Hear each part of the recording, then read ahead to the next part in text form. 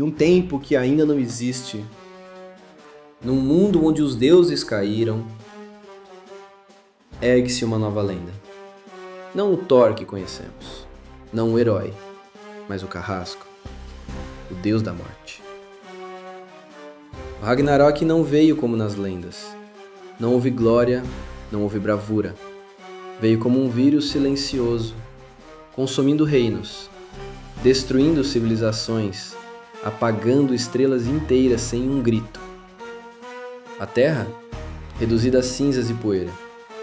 Os humanos restaram poucos, esquecidos, escondidos, queimados por radiação, consumidos pela própria ganância. Asgard caiu, e junto com ela, Odin, Freya, Sif, Heimdall, todos. Thor, o deus do trovão, foi o último a lutar, o último a chorar, o último a quebrar. Ele tentou salvar tudo. Usou Mjolnir, usou sua fúria, usou seu amor pelos humanos, mas não foi suficiente. Diante da morte dos que amava, da destruição do que protegia, algo dentro de Thor se partiu. O martelo caiu, e quando ele o ergueu de novo, já não era mais o mesmo. Mjolnir agora sussurrava, não mais trovões, mas vozes de além-túmulo. A magia mudou. O céu ficou escuro para sempre. E Thor passou a caminhar entre os mortos.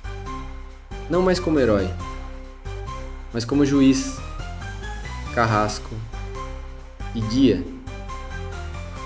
Thor, o deus da morte. Cabelos longos e desgrenhados, capa rasgada, olhos opacos.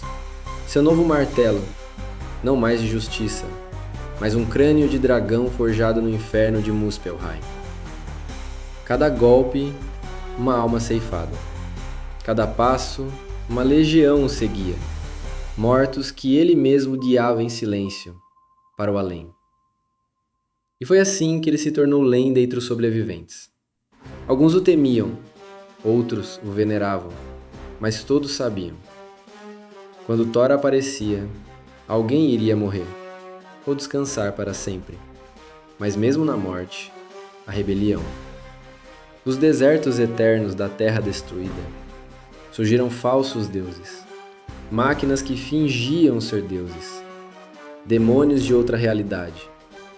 Eles desafiaram Thor, riram dele, o chamaram de Deus quebrado. Então ele os calou. Um a um, ele os destruiu com fúria silenciosa, sem piedade, sem glória. E quanto mais ele matava, mais forte ficava. Mais longe de seu antigo eu ele ficava.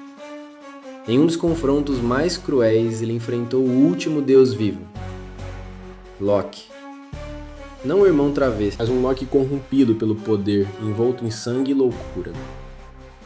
Loki criou seu próprio inferno, feito de memórias distorcidas. Quis destruir Thor não com armas, mas com lembranças. Visões da mãe morta, do pai decepcionado, do irmão que morreu em seus braços, mas Thor não se comoveu.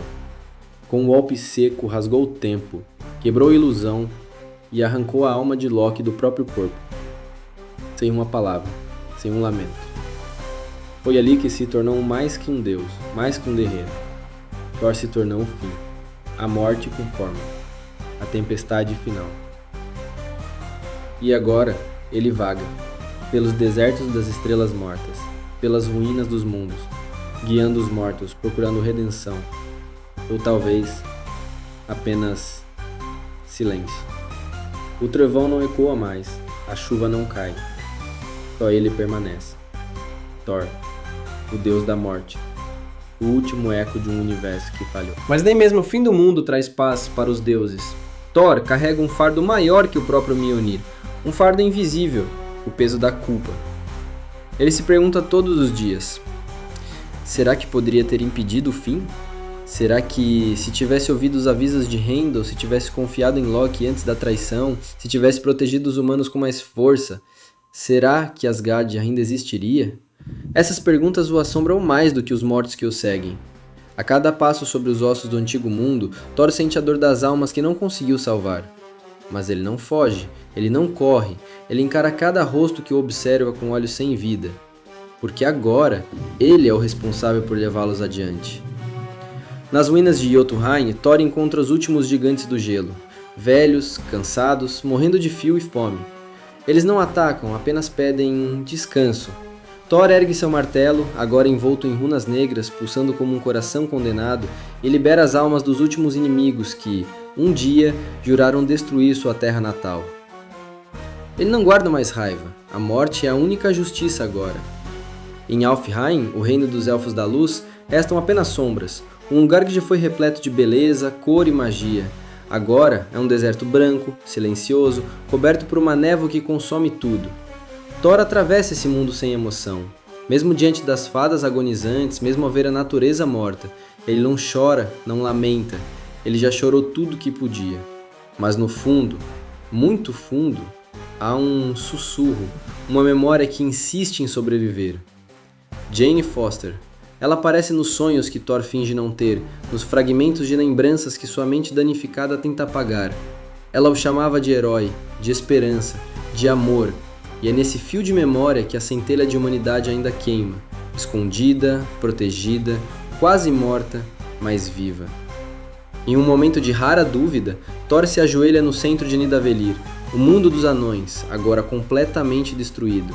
É lá que ele reencontra Eitri, o último ferreiro, que sobreviveu fundindo sua alma com a fornalha viva do planeta.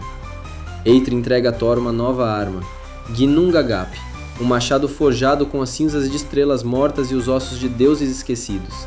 Mais que uma arma, um portal. Eitri diz, você pode continuar guiando os mortos ou pode enfrentá-los, enfrentar a si mesmo e escolher. Essa escolha pesa mais que qualquer martelo, e é aí que Thor percebe, o fim ainda não chegou. Há uma última jornada, um último julgamento, não pelos vivos, mas pelos mortos que ele carrega nas costas, e pelo homem que ele já foi. O deus da morte caminha então para o centro do vazio. Coração escuro do universo, onde tudo começou e onde tudo pode acabar. Se Thor for digno, não de erguer o martelo, mas de se perdoar. Talvez, apenas talvez, o trovão possa soar no última vez.